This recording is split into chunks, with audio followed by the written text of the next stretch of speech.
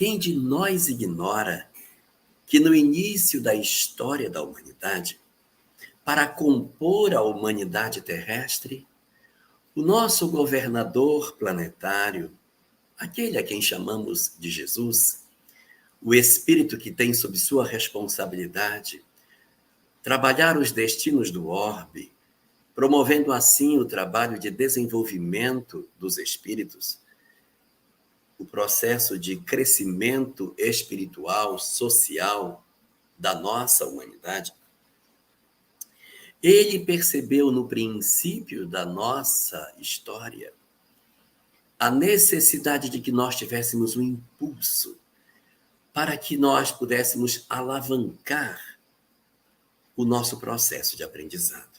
Por quê? Porque nós estávamos saindo da pré-história, nós estávamos sem conhecimento de nada. Nossa humanidade, coitada, conhecia tão pouco de todas as coisas que, evidentemente, possuía uma dificuldade muito grande para que conseguisse efetivamente marchar na direção do progresso. Ah, como ignorávamos tantas coisas! Não sabíamos nada de ciência, nada de filosofia. Nossos conhecimentos de religião eram profundamente rudimentares. E nossa arte era tão desprovida de habilidades. Nós éramos ainda tão desconhecedores de tantas as coisas que o nosso governador entendeu que para o nosso processo de aprendizado deveria promover na Terra a chegada de uma quantidade muito significativa de espíritos que viriam com um outro perfil de conhecimento. Espíritos extremamente inteligentes, extremamente habilidosos, que se incorporaram na história do planeta para edificar aqui as páginas extraordinárias da nossa história, da história antiga do nosso planeta. Quem ignora a majestade do Império Egípcio, com as suas pirâmides que até hoje nós não sabemos direito como é que elas foram feitas. Se essas pirâmides não tivessem sobrevivido ao tempo, não tivessem atravessado os séculos, muito certamente nós não acreditaríamos que elas existiram. O homem moderno diria que é mentira colocar pedras tão pesadas em alturas tão grandes, de modo que do lado de dentro nem uma folha de papel consegue passar entre as pedras, tão perfeito que é o processo de encaixe de cada um dos elementos que constituem essa pirâmide.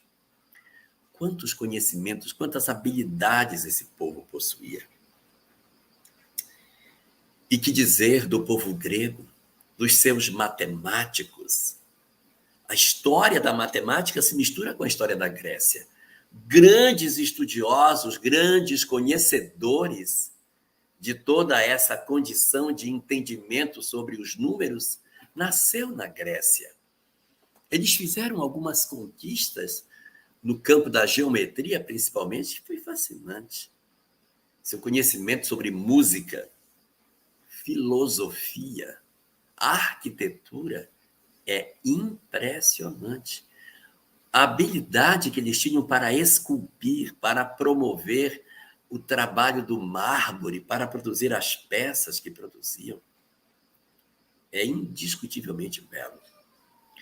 As habilidades que eles tinham também para trabalhar a questão dos conceitos da filosofia, no entendimento da vida, da morte, do sofrimento, do porquê da dor. Sua visão de mundo era extremamente bela.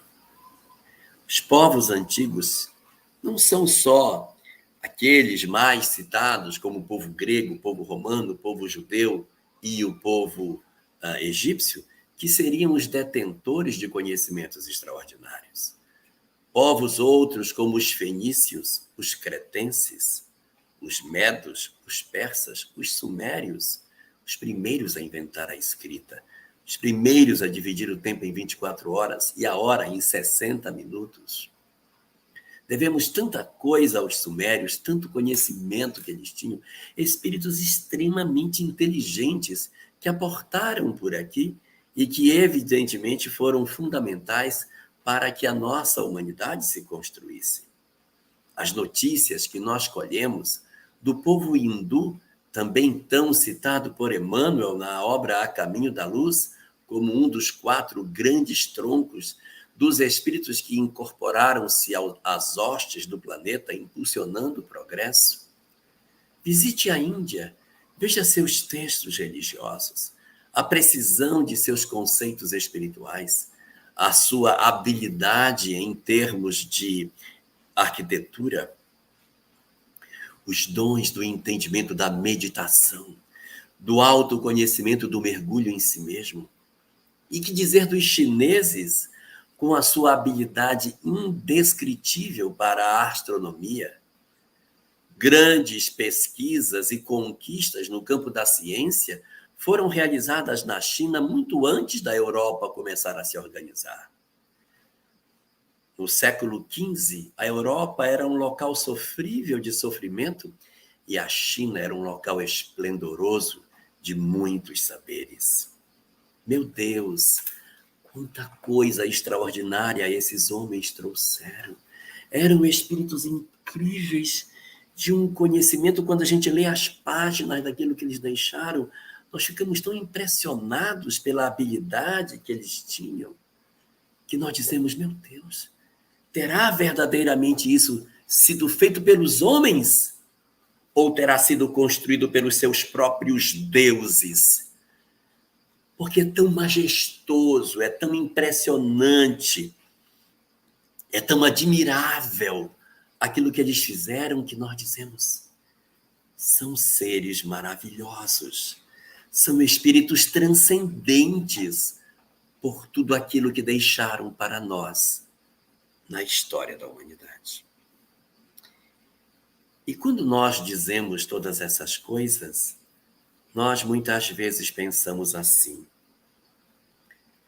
se esses espíritos tinham todos esses saberes, se o povo hebreu tinha toda essa nitidez sobre a questão da espiritualidade e a relação com a presença do Criador, se os romanos e os gregos tinham todo esse conhecimento de administração, matemática, filosofia, se os hindus eram tão sabedores de tantas coisas da ciência da alma, se os chineses construíram uma muralha que é a única obra feita pelo homem vista da lua, tal a majestade dessa obra, se esses egípcios foram capazes de construir essas pirâmides que estão alinhadas com a linha do Equador, meu Deus, são tantas coisas surpreendentes que a gente vê que essas civilizações antigas fizeram,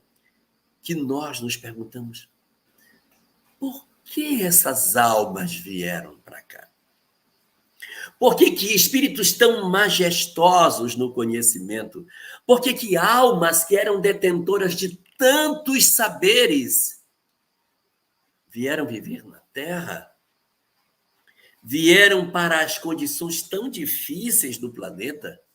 Os egípcios para viver naquela região de tanta carência, de tantas dificuldades com aquele sol causticante do deserto do Saara.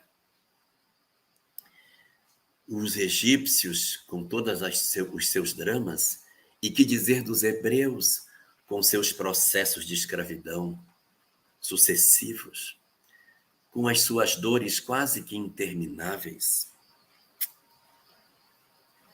Que dizer dos hindus, que apesar de todas as suas grandezas espirituais,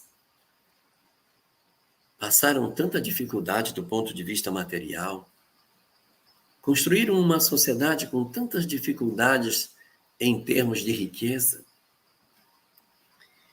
e acabaram por construir uma sociedade construída de castas, aonde as pessoas que vivem numa determinada condição social não podem sair dela.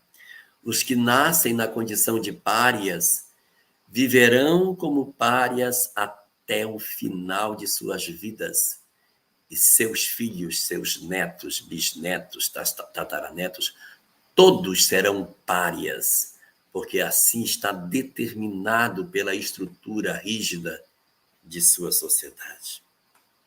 Meu Deus! Como entender que os chineses, detentores de tantos saberes, promoveram tanta violência e tantas guerras em nome das conquistas que eles tinham interesse de fazer? A história antiga está banhada de sangue. A história do nosso planeta é uma sequência quase que interminável de guerras. Os estudiosos dizem que ao longo da nossa história, só durante 230 anos a Terra esteve em paz. Em todos os demais, em algum lugar do planeta, estava tendo algum conflito, alguma guerra. Nós somos belicosos. O que então fez com que espíritos tão inteligentes viessem para a Terra? O que motivou que isso acontecesse? O que motivou é que eles tinham muitos saberes, mas não sabiam amar. Amar é um determinismo imperioso da lei. Amar é um determinismo do Criador que não perguntou para nós se nós queríamos que fosse assim, porque Ele é o Senhor do universo. Ele nos criou, Ele nos concebeu e disse: darei a todos vocês a condição de se aprimorarem continuamente e entregarei para todos, no término da jornada, a felicidade. Uau! Cria todos os filhos, oferece a senda da experiência como o caminho para a transformação e o crescimento e diz: para todos entregarei a felicidade. Não é lindo? Cria, oferece as condições de crescimento eternamente ou imortalmente, desde que criados iremos viver para sempre nesse exercício constante da busca de novas virtudes e novos saberes, até que nós alcancemos a felicidade. É verdade. O plano de Deus é esse, mas tem uma chave para abrir a porta da felicidade. A chave da porta chama-se amor. Nós podemos deter todos os conhecimentos do universo. Se nós não amarmos, não seremos felizes. Poderemos viver em sociedades tecnologicamente bastante sofisticadas, como a que vivemos hoje. Mas se nós não amarmos, miseráveis de nós, desgraçados de nós, que embora todo o conhecimento que temos, viveremos na condição da dor, na condição da infelicidade de espírito, como se um punhal estivesse atravessado diante do nosso coração. É um determinismo da lei que nós vivenciemos o amor. Não é uma hipótese, não é uma coisa que se possa dizer assim: eu acho legal, eu vou viver isso. Nós temos o livre-arbítrio para escolher. Se eu quiser não amar, posso? Pode. Não quer amar? Não há problema. Mas não encontrará a felicidade. A felicidade, ela está atrelada ao amor. Para que eu seja feliz, eu necessito amar, eu preciso. É um determinismo da lei, é um determinismo. Foi assim que foi concebido. Mas Deus vai dar a felicidade para todos. Vai, mas tem que amar primeiro. É a chave que abre a porta. E não é só uma, ninguém pense assim que a gente vai... Aí aprendi a amar, aí abri a porta, pronto, sou feliz. Não, o caminho é cheio de portas. As portas são as portas do amor travestido de outras virtudes. Então nós teremos a paciência, o amor na forma da paciência, o amor na forma da caridade, O amor na forma da renúncia, o amor na forma do sacrifício, o amor no sentido da cooperação, o amor na forma da partilha. Então, nós vamos encontrar o amor em diversas expressões, e a cada momento em que nós vamos acessando essas virtudes, nós vamos abrindo portas e a felicidade vai tomando conta das nossas almas e nós vamos cada vez mais experimentando a felicidade. Não existe outro caminho. Nós podemos, por uma questão de opção, dizer, mas eu não quero amar, eu quero seguir no caminho que eu estou. Eu posso? Pode sim, mas não para sempre. Na literatura espírita, a gente vai encontrar na obra de André Luiz essa condição. André Luiz narra na sua obra, está bem numa notinha de rodapé, inclusive, no livro Libertação. Ele fala de um grupo de espíritos aos quais ele intitula chamar de dragões. O que são os dragões? Os dragões são os espíritos que decidem optar pelo desamor como regra para suas vidas. São espíritos extremamente inteligentes, capazes, sagazes, líderes, comandam legiões, mas não aceitam a misericórdia, o perdão e o amor como estratégia para a felicidade humana. Os dragões são opositores do Cristo.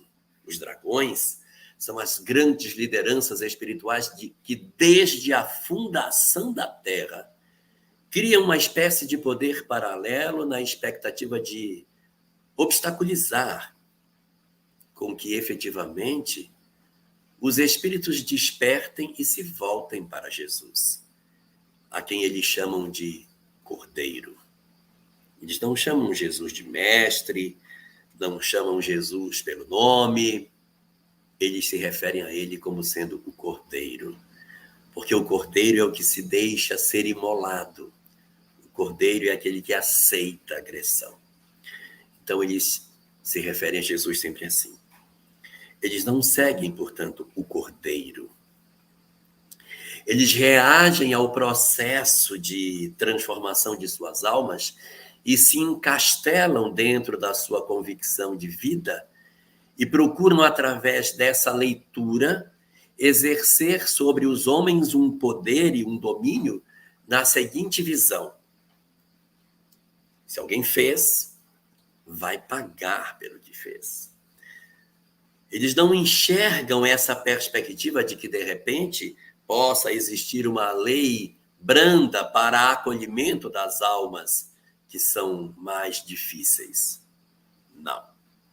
O foco dessas entidades é efetivamente promover uma oposição ao Cristo.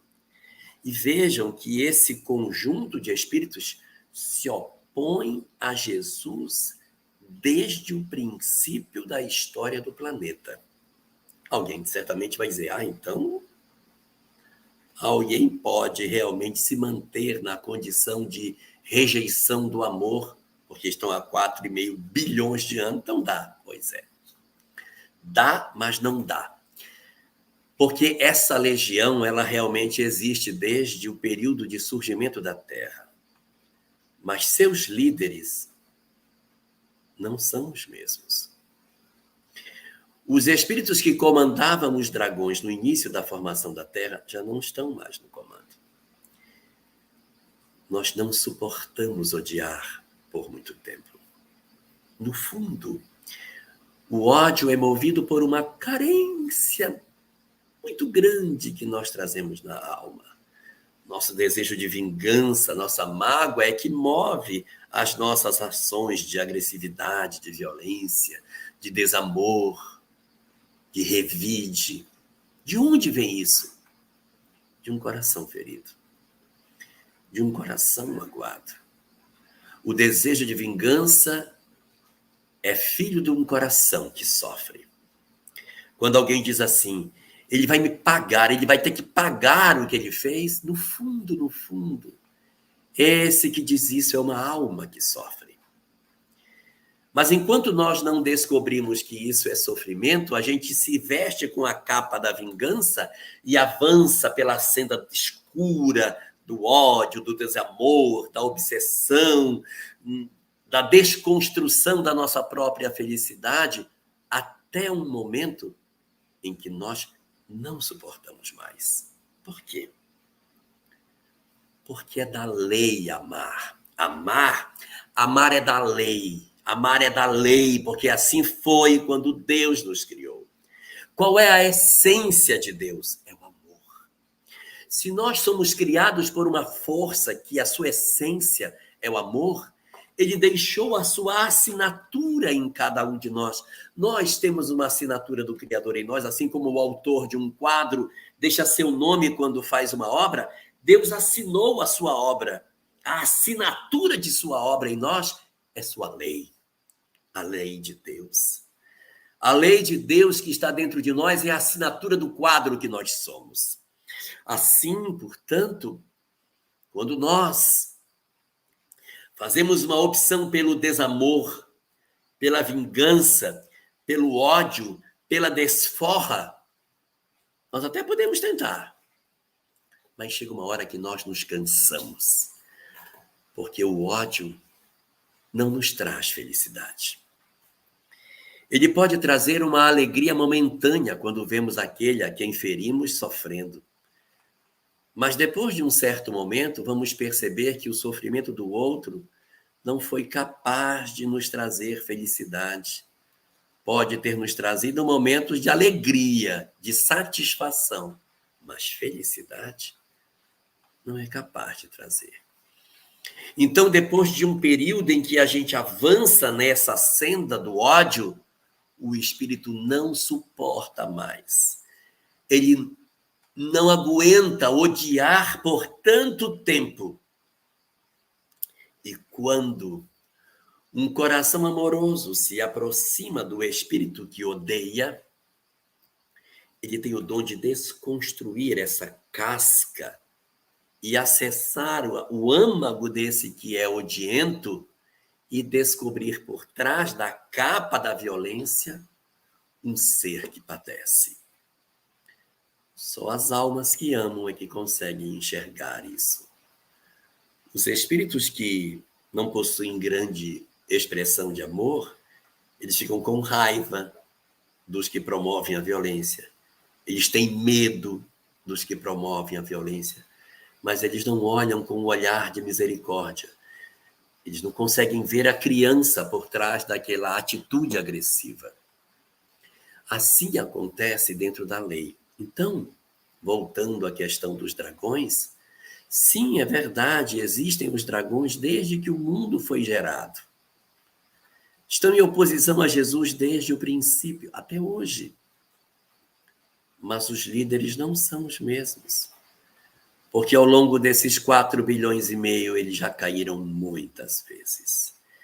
Quem está no comando, comanda até um certo ponto e até que ele cai.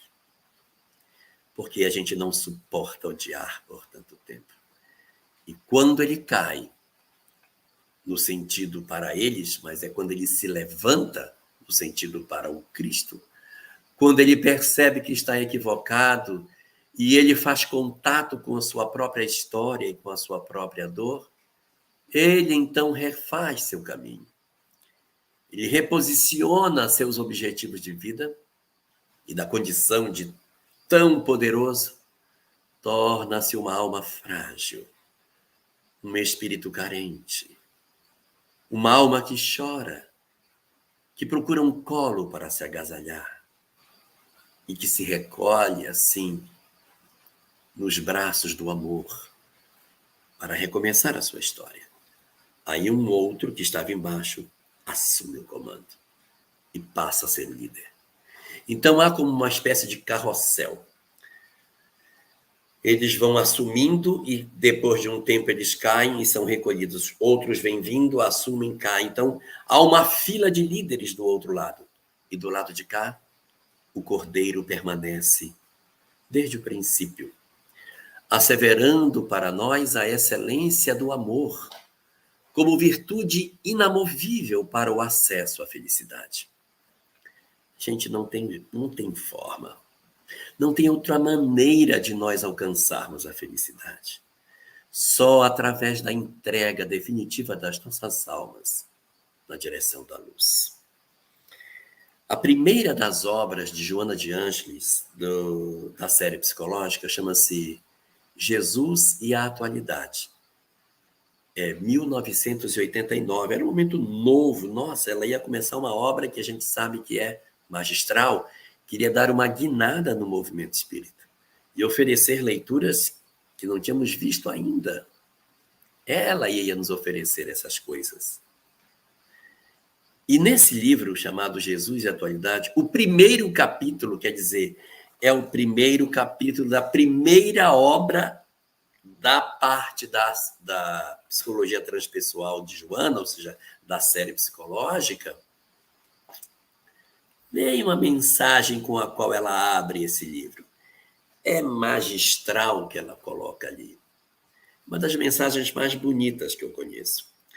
Ela diz o seguinte, que o espírito ele passa por uma série de experiências na vida, que são experiências difíceis, experiências dolorosas, nas quais ele desenvolve uma série de vícios. Passa a ter ódio, desejo de vingança, ele tem inveja, ele se interessa pelas coisas materiais, ou seja, ele começa a ter uma série de condutas que não deveria ter.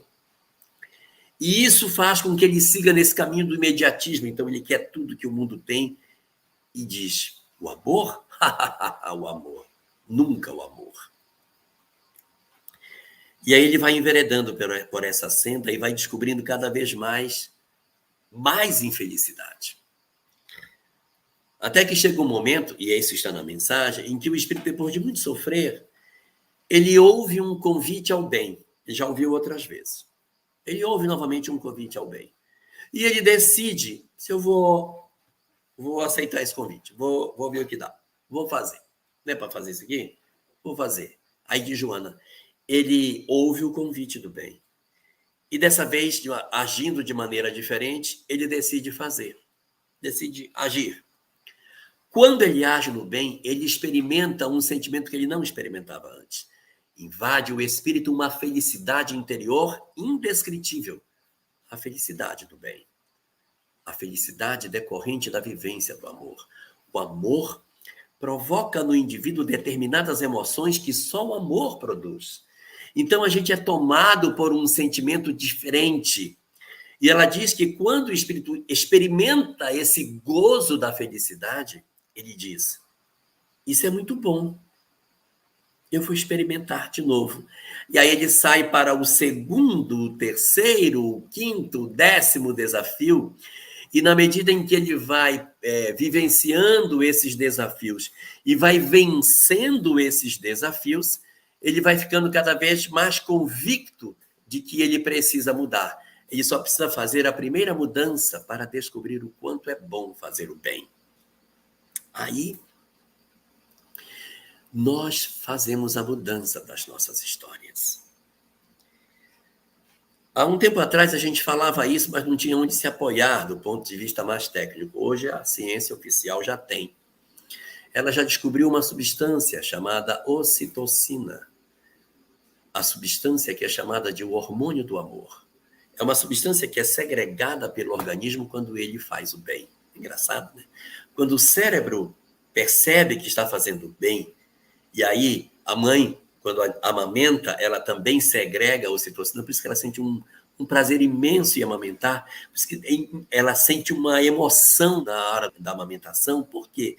Porque as descargas de ocitocina se produzem quando você ajuda alguém, quando você percebe que você foi útil por alguém, uma emoção nos toma e a ocitocina descarrega e uma sensação de felicidade invade a criatura. E dizem os espíritos, os canais mediúnicos se abrem, o espírito se sente parte de um todo, se sente integrante da criação e banhado por essa compreensão, ele se transforma de maneira maravilhosa. Sim. É impressionante o poder que o amor tem sobre as nossas vidas. Nós podemos escolher o caminho que nós quisermos, o amor está nos aguardando lá na frente. Porque Deus assim estabeleceu. Eu posso dizer, não, eu não vou seguir por esse caminho. Então não siga. Mas lá na frente eu terei sede. Eu terei carência. Eu precisarei do amor para poder quebrar essas algemas que nos prendem. Os espíritos que vieram para cá, naquele período do início da história da humanidade, eles não vieram para buscar aqui conhecimento intelectual. Eles já tinham, não vieram. Eles já sabiam de arquitetura, matemática, o que eles já apresentaram para nós. Eles já sabiam. Eles vieram ensinar isso e foi muito bom, viu? Eles deixaram grandes contribuições para o nosso mundo. Eles transformaram a nossa história. Mas o que foi que eles vieram buscar aqui? O que eles não tinham? Amor. Eles vieram aprender a amar. E quanto mais cedo eles descobriam isso, eles ganhavam a concessão de retorno para seus mundos. Os que se demoravam mais precisavam de novas experimentações para desabrochar o amor. E aí, lições dolorosas ou revelações chegavam até eles pelos diversos missionários que o governador planetário encaminhou para a Terra para promover o despertamento da criatura humana. É por isso que existem tantas religiões sobre a Terra, tantos homens iluminados que desceram sobre o planeta. São os emissários do amor. O Cristo mandava e dizia, vá você. Desça e ensine esse povo a amar. E cada um deles com uma estratégia diferente, com uma didática distinta, mas a convergência era sempre a mesma. A mudança interior, a transformação moral do homem, nunca foi diferente. Todas as doutrinas convergiam para muda, querido. Muda. Uns diziam, conhece-te a ti mesmo. Outros falavam que era necessário que nós aprendêssemos a abandonar as imperfeições. Cada um a seu turno trazia uma mensagem com palavras distintas, mas que no fundo ensinavam as mesmas coisas. E as almas foram despertando, foram acordando para o amor, e aí ganharam a concessão, o brevet, o passe, para retornarem para os braços de seus amores, nos mundos de onde partiram. Como deve ter sido lindo, hein? Essas entidades, depois de tantos séculos, vivendo no nosso planeta, longe dos seus lugares de origem, escrevendo histórias de paraísos perdidos, de expulsão de paraíso por desobediência, tendo construído na cabeça a ideia de que foram punidos e expulsos para um lugar horrível, que era a maneira de transformarem a história real deles numa parábola que ficou guardado no ideário judaico como sendo a lenda de Adão e Eva, era, no fundo, a expressão simbólica desse processo de chegada no planeta em função da desobediência. Agora, imaginem como deve ter sido lindo o momento de retorno. Esses espíritos, depois de tantos séculos, receberem a concessão de voltarem para os seus amores, de voltarem para seus mundos, abraçarem aqueles a quem amavam para dizer, eu voltei, eu mudei, eu agora posso ficar com vocês. Eu aprendi a amar. E assim, poder se reunir na convivência extraordinária, banhada pelo amor, junto com os seus, em mundos distantes de onde vieram, com seus conhecimentos extraordinários, mas para onde voltaram, para efetivamente produzirem novas histórias maravilhosas. Mas muitos não acordaram para o amor. Muitos não acordaram para isso e perseveraram na vingança, no ódio. E foi quando o próprio governador do planeta disse, não, quem vai descer agora sou eu. Eu vou descer. E vem o próprio Jesus. Vem o próprio governador sobre a terra para dizer aos homens que a gente precisa aprender a amar. Olha que momento mágico, o próprio governador. Ele poderia ter vindo falar de reencarnação, ele poderia ter vindo para falar sobre mediunidade, sobre lei de causa e efeito. Mas aí eu pergunto, o que será que salva a criatura? Conhecer o livro dos Espíritos de cor ou amar as pessoas? A gente estuda a doutrina espírita para se convencer que precisa amar. Mas o foco, o objetivo do Espiritismo não é ensinar a reencarnação. O objetivo do Espiritismo é a transformação moral do homem.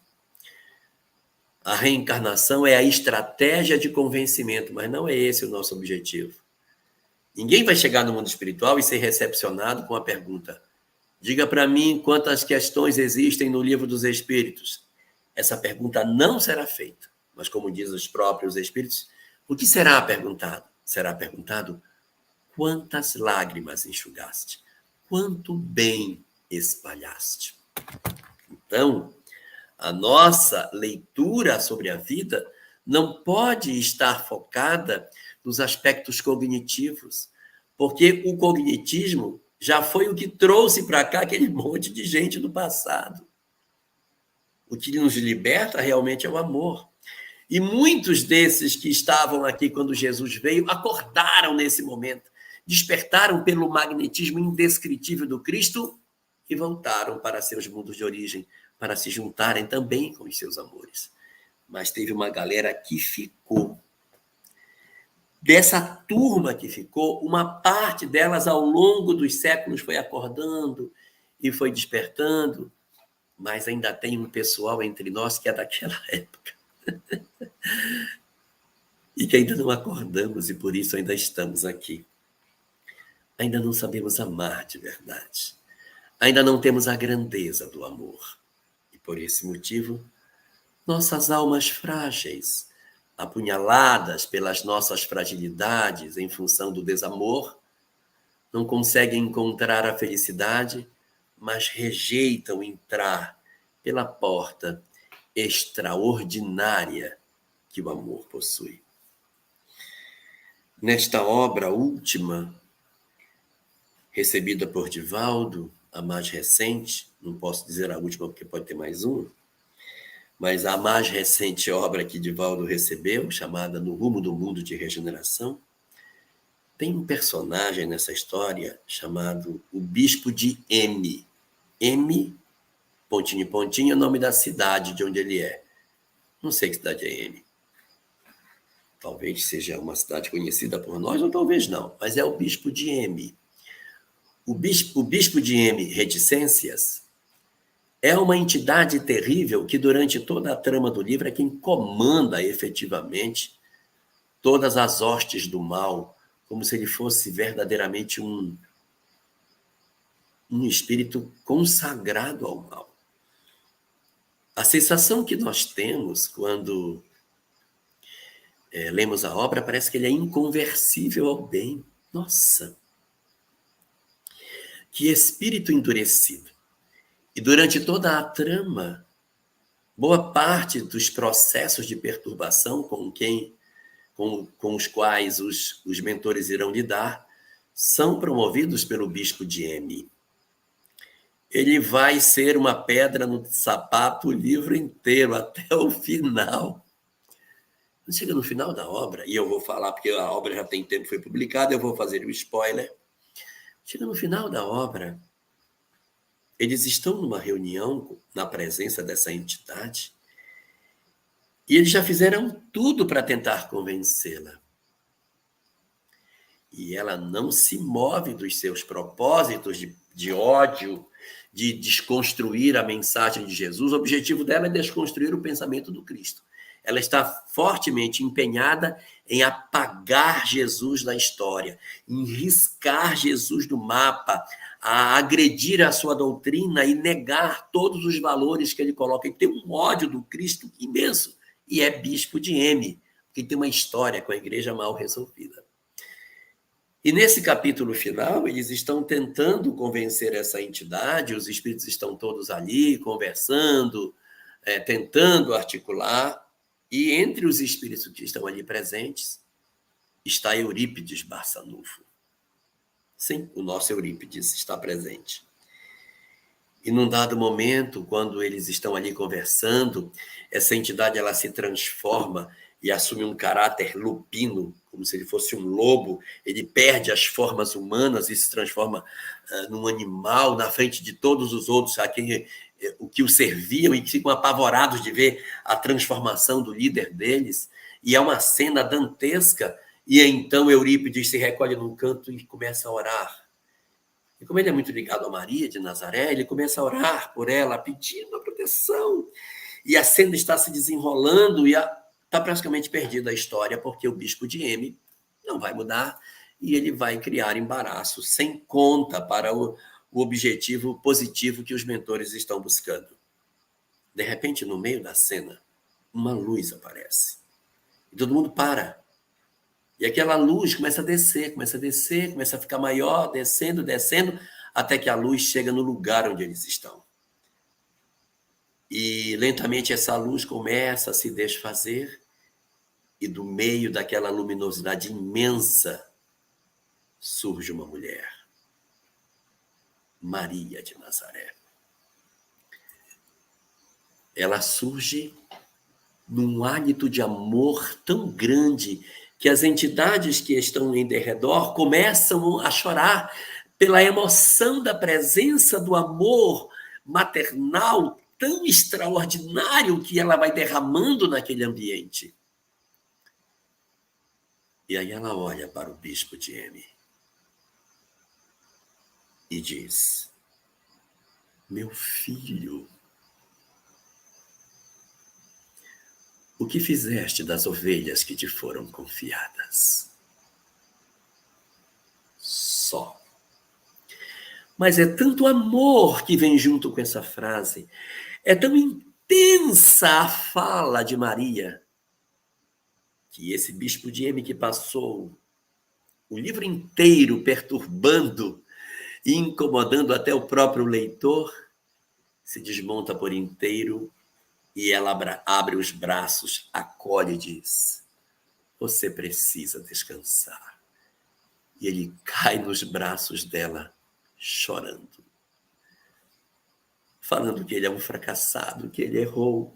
E ela vai juntar aquela entidade que estava até um segundo antes convicta, banhada pela energia do amor, não suportou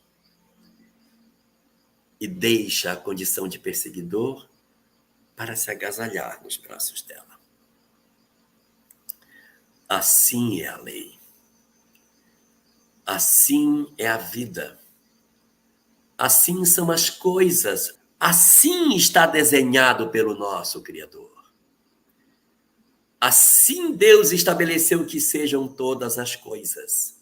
E por isso, nunca subestimemos a energia e a força do amor. Porque o amor é a força que move o universo. E não há nada que pode ser mais forte do que ele. Onde o amor chega, todo mal se dissipa. É preciso que nós identifiquemos os nossos corações com isso, para que comecemos a experimentar a felicidade que Deus reserva para os corações dos que lhe servem. A doutrina espírita nada mais é do que a grande oportunidade de nós descobrirmos os métodos para vivermos efetivamente, ainda que sejamos imperfeitos, as glórias de amar dentro da pequenez que nós ainda possuímos. Que a gente pense sobre todas essas coisas e mergulhemos na paz que só o amor é capaz de nos oferecer.